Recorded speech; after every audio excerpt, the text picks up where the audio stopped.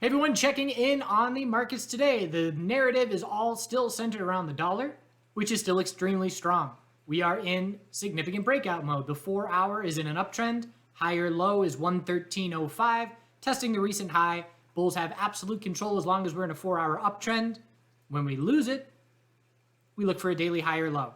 So we are at a point where the weekly is getting a bit extended over daily, or I should say the EMA 12.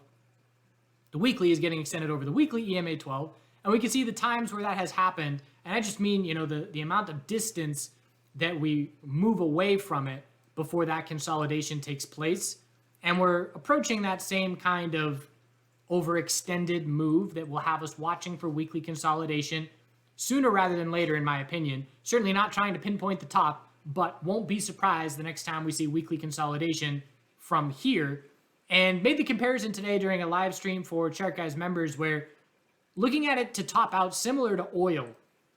Remember when oil, everybody's bullish oil.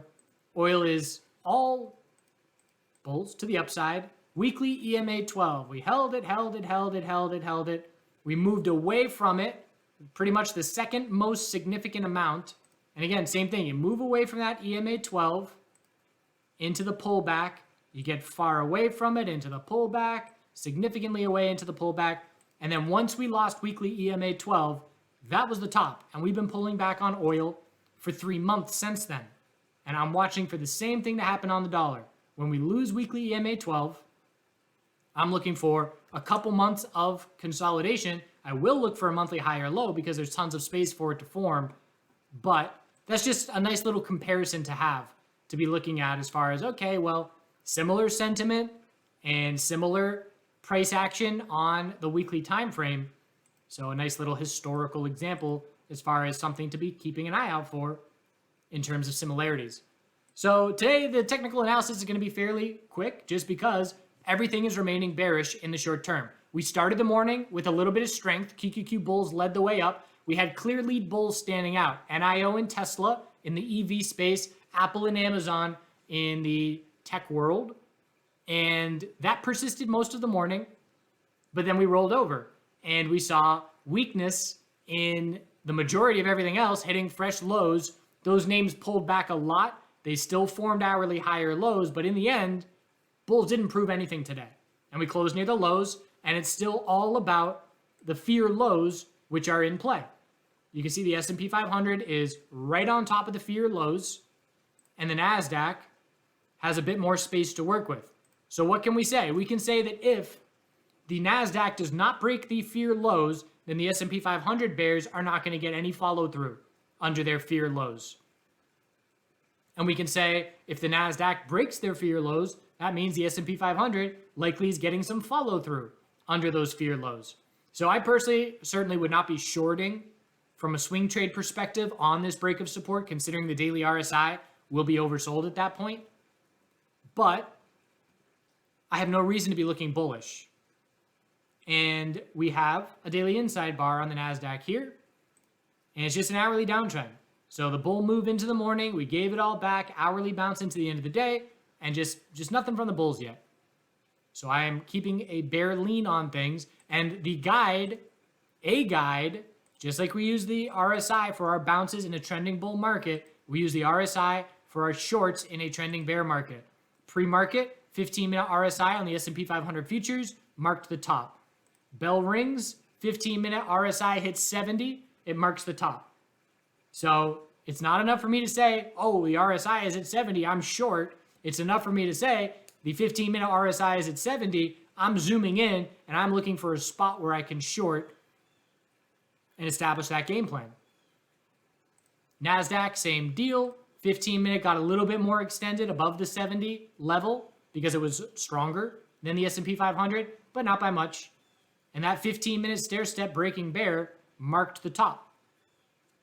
So bears are getting rewarded with their entries still, and they're going to keep entering on bounces as long as it keeps working.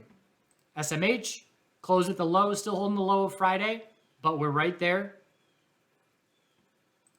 Tesla, you can see the relative strength just in the sense that we didn't close at the low of the day, but hourly higher low, midday, can't get back to the high, and the closing weaker.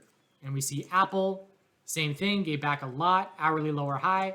Amazon, much stronger, but still no conviction. I mean, this is one of the strongest names on the day, and that's what the daily candle looks like. So certainly not a lot of proving from the bulls today. XLV, lower high and lower low on today's candle. Granted, the bear break lacked follow through, but still a stair-step drop the last 3 days at least. Keeping that hourly downtrend intact. The financial sector is testing fear lows, 3021. Same as the S&P 500. Hourly downtrend, lower high, lower low each day. IWM is testing fear lows. So just like we do day trading, when I'm watching the bell ring on the morning in the first half hour of trading, are all of our major sectors at the high of the day or the low of the day? How are they trading relative to each other? We're doing the same thing on a swing perspective. Does everybody break the fear lows? Do only a couple sectors break the fear lows and a couple sectors hold them? And so bears want to see every single sector break the fear lows to have conviction in follow through. Biotech sector closed at the low. Again, strong morning, but gave it all back. From the open and from the low of the day, we went up 2.8%, which means those leveraged ETFs went up 8%. But as soon as the 15-minute higher lows were lost, gave it all back. Leveraged ETFs up double-digit percent from the high of the day to the low of the day. Hourly bear flag confirmed into the close. Bears in control. Solar weak, still dropping. Energy still weak. Close at the low of the day 4 days in a row pretty much. Big turnaround the last 4 days. The metals are weak. Daily bear flag following through for gold. Silver is heading back towards its lows, more space to work with, but still a very weak close. Oil is weak. Oil closed at the low. So again, everything is inverse the dollar right now. Except for natural gas. Daily bullish reversal candle, but still need a 4-hour uptrend for it to mean anything. So technical analysis has been quick as far as the broader market is concerned over these last few days because everybody's doing the same thing to varying degrees, but everything is in full control of the bears as long as the dollar is this strong. And that will change, but it's not changing yet. So we're paying attention for the shift, but until the shift takes place, looking to short bounces, looking to utilize RSI as a guide for timing, shorting those bounces, along with EMA resistances as well. S&P 500 on the 15-minute today. You can see once the weakness started, 15-minute lower high to help with that continued downtrend. So, not fighting the trend for me personally. Yes, there's a potential aggressive bull bottom fish off of our fear lows. And it's a small risk trade if you stop out if it breaks. So nothing wrong with that.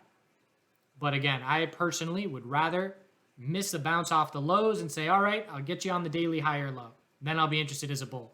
After bulls convince me. Like, okay, I just missed a few day bounce.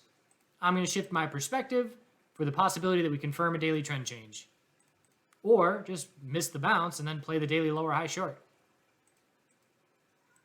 So there will be opportunity for bulls when the dollar tops. But again, I'm not fighting that dollar breakout. I mean, it was building. How many times did we talk about this 6-month equilibrium in the dollar? The answer is a dozen plus times. 6-year pattern, breaking bull. All right, we'll check back in tomorrow. Do good things and stick to the trends. Fear lows in play for a lot of individual names. The Bears visited me this weekend. I walked around a corner. Sweetie Pants was out in the yard here, just laying down and started, half-ass woofing, which he does every now and again if, a delivery guy comes or whatever. And her hair started to stand up. And so I walked out and we both walked around the corner of the house straight into Mama Bear with 3 cubs. And probably that's the closest I've ever been to a baby bear. It was 20 feet in front of us. And fortunately, Sweetie Pants knew to not charge them. And the bears didn't care at all about us. So we just turned around and walked back inside. But got my camera and took a little video of them. It's the same ones from the pond a few months ago. but there were 4 back then, so 1 didn't make it, but still 3. Got another story for tomorrow, and I'll see you then.